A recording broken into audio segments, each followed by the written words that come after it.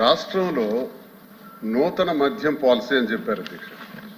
నూతన మద్యం పాలసీ అంటే ఏంటి అధ్యక్ష?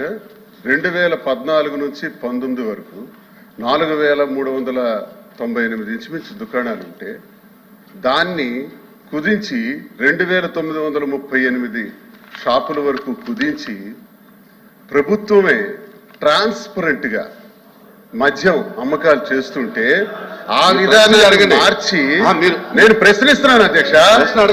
నేను ప్రశ్నిస్తున్నాను, వినాలా?